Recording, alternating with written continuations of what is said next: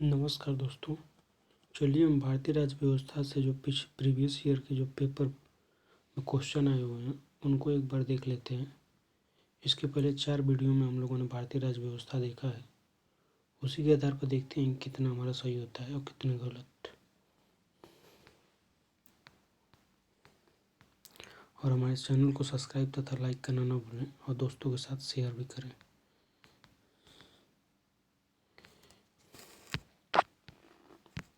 ये विभिन्न परीक्षाओं में पूछे गए क्वेश्चन हैं, जैसे ISPCS या फिर SSC, रेलवे, UP SSC, इन सभी में जो क्वेश्चन पूछे गए हैं वही क्वेश्चन है। पहला क्वेश्चन है, भारत के संविधान का कौन सा अनुच्छेद अपनी पसंद के व्यक्तियों से विवाह करने के किसी भी व्यक्ति के अधिकार को संरक्षण देता है? तो आप लोग बताइए कौन सा अनुच्छेद होगा। तो ये होगा आपका 21वां।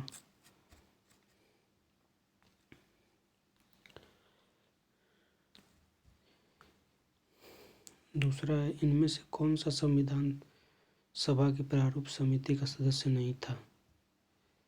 NG Iyengar, KM Munshi, BN Rao, Mohammad Sadulla. तो कौन नहीं था? BN राव नहीं थे, ये तो सलाहकार थे सिर्फ। तीसरा है, 44वें संविधान संशोधन द्वारा किस अधिकार को मूल अधिकार की श्रेणी से हटाकर एक विधिक अधिकार बनाया गया है? समानता का अधिकार, स्वतंत्रता का अधिकार, संपत्ति का अधिकार, शिक्षा का अधिकार।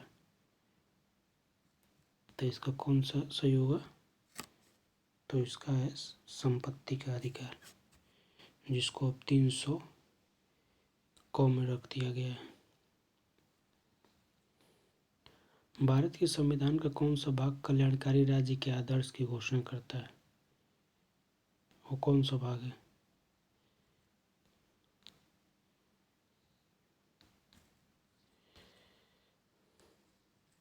राज्य के नीति निर्देशक तत्व, मूल अधिकार, उद्देशिका या फिर 7वीं अनुसूची। तो कौन सा है? राज्य के नीति निर्देशक तत्व में ए। 5वां है, परिभाषा से संवैधानिक सरकार का अर्थ है विधानमंडल द्वारा सरकार, लोकप्रिय सरकार, बहुदलीय सरकार या फिर सीमित सरकार। तो कौन सा आंसर सही होगा? इसमें सही होगा आपका सीमित सरकार, ऑप्शन डी। 6वां है, संविधान में मौलिक कर्तव्य किस संशोधन द्वारा जोड़े गए? तो किस संशोधन द्वारा जोड़े गए? 42वां संविधान संशोधन द्वारा, ऑप्शन बी सही होगा। निम्नलिखित में से कौन भारत के राष्ट्रपति के निर्वाचन हेतु निर्वाचन गण में शामिल नहीं है? और लोकसभा के निर्वाचित सदस्य, राज्यसभा के निर्वाचित सदस्य, राज्यों की विधानसभाओं के निर्वाचित सदस्य, राज्यों के विधान परिषदों के निर्वाचित सदस्य। तो इसमें कौन सा सही होगा? इसमें डी सही होगा, राज्यों के विधानसभाओं के निर्वाचित सदस्य ये शामिल नहीं होते हैं। 8वां है, राज्यों में मुख्यमंत्री सहित मंत्रिपरिषद में मंत्रियों की न्यूनतम संख्या क्या हो सकती है? तो क्या हो सकती है? तो ये हो सकती है 12।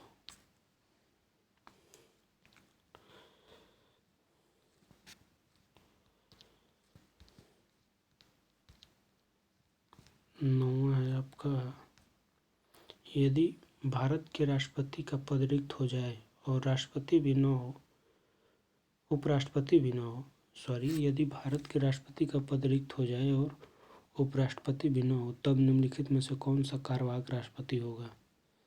राज्यसभा का सभापति, राज्यसभा का उपसभापति, भारत का महान्यायवादी, लोकसभा अध्यक्ष या फिर सर्वोच्च न्यायालय का मुख्य न्यायाधीश। तो इसमें कौन सही होगा? सर्वोच्च न्यायालय का मुख्य न्यायाधीश, ऑप्शन डी सही हो जाएगा। 10वां है भारत की संसद किनसे मिलकर बनती है?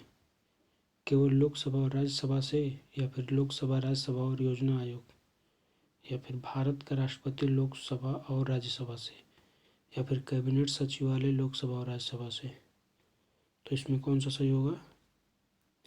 इसमें होगा भारत का राष्ट्रपति लोकसभा और राज्यसभा, ऑप्शन सी सही होगा।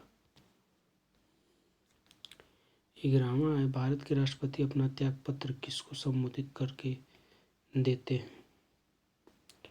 तो किसको संबोधित करके देते हैं? ऑप्शन सी सही होगा, उपराष्ट्रपति को।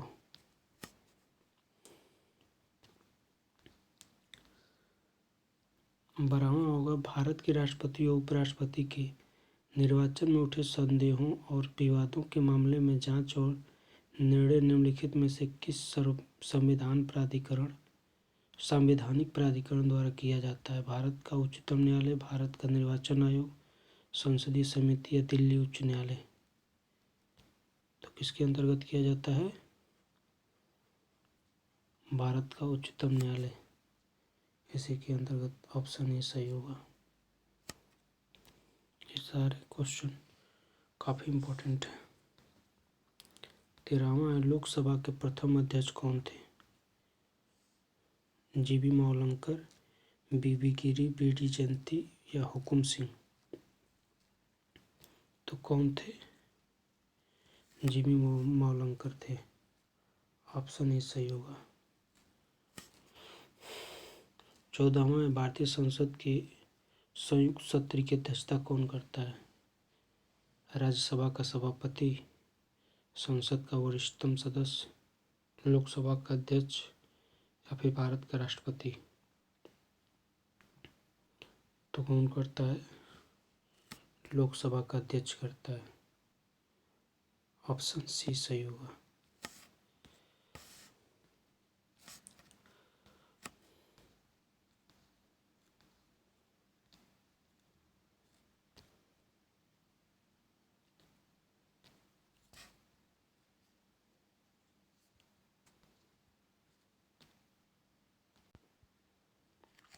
नेक्स्ट है भारतीय संविधान के कौन से अनुच्छेद नागरिकता से संबंधित है? तो कौन से अनुच्छेद नागरिकता से संबंधित है? ऑप्शन सी सही होगा, 5 से 11।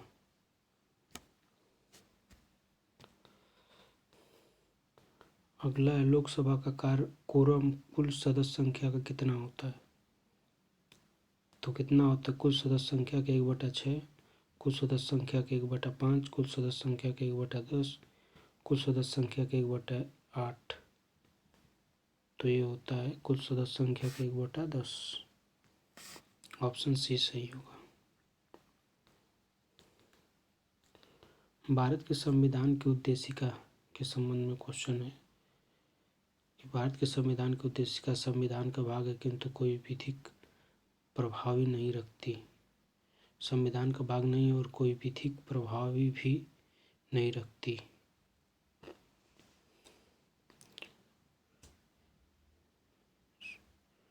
फिर से देख लेते हैं कि संविधान का भाग है किंतु कोई विधिक प्रभाव नहीं रखती, संविधान का भाग नहीं है और कोई विधि प्रभाव भी नहीं रखती। संविधान का भाग है और वैसे ही विधायी प्रभाव रखती है जैसे कि उसका कोई अन्य भाग। डी है संविधान का भाग है किंतु उसके अन्य भागों से स्वतंत्र होकर उसका कोई विधि प्रभाव नहीं है। तो कौन सा सही होगा?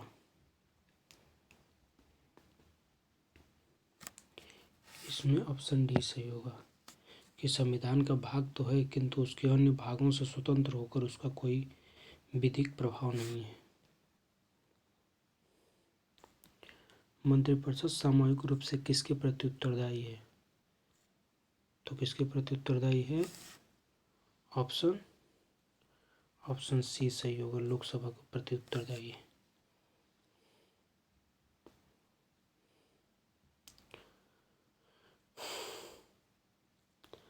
भारतीय संसद के कामकाज में शून्यकाल का अर्थ है प्रश्नकाल से पहले का समय, सत्र का पहला घंटा, प्रश्नकाल अगली कार्य सूची के बीच का समय, या फिर जब विशेषाधिकार प्रस्ताव स्वीकार कर लिया जाए।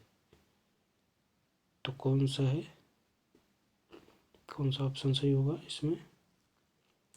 तो ये है कि प्रश्नकाल और अगली कार्य सूची के बीच का समय जो होता है वही ऑप्शन सी सही होगा।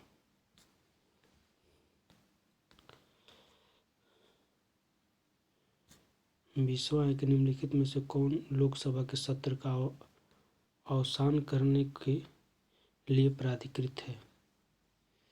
लोकसभा अध्यक्ष, महान्यायवादी, राष्ट्रपति या फिर संसदीय कार्य मंत्री। तो इसमें कौन सा ऑप्शन सही होगा?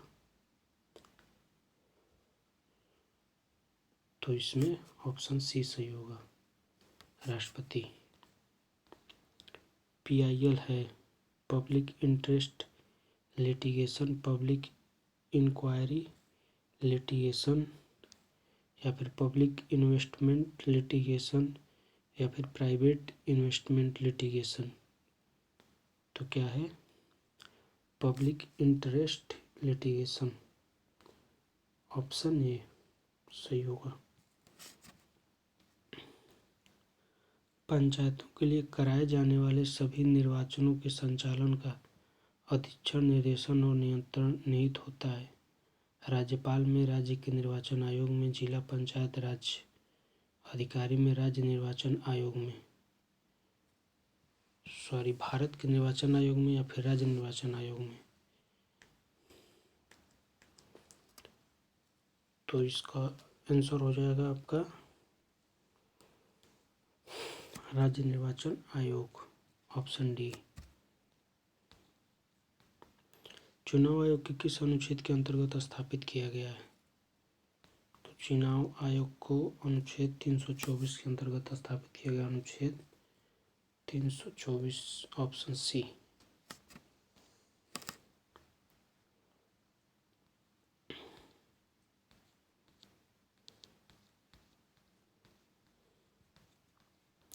नेक्स्ट है सरकारिया आयोग की सफलता का संबंध है, सरकारिया आयोग की सिफारिशों का संबंध है राजस्व वितरण से, राष्ट्रपति की शक्तियों कार्यों से, संसद की सदस्यता से, केंद्र और राज्यों के पारस्परिक संबंधों से। तो कौन सा सही है? केंद्र और राज्य के पारस्परिक संबंधों से।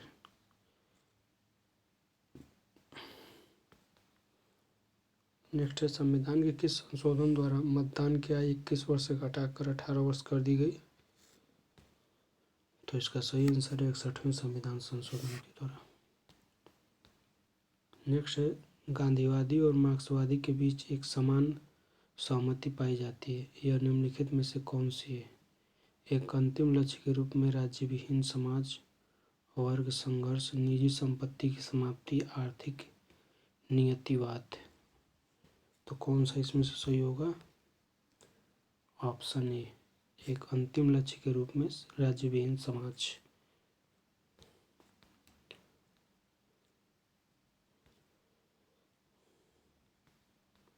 सत्ताईसवां, भारत में राष्ट्रीय आपातकाल की घोषणा करने का आधार निम्नलिखित में से कौन सा नहीं है? युद्ध, बाहरी आक्रमण, आंतरिक शांति को खतरा, या फिर सशस्त्र विद्रोह।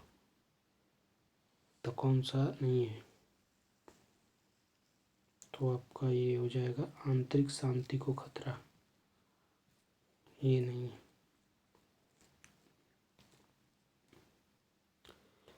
पंचायती राज विषय है, किसका विषय है? समवर्ती सूची, केंद्र सूची, राज्य सूची, या फिर शेषाधिकारों की सूची। तो राज्य सूची का विषय है पंचायती राज, ऑप्शन सी।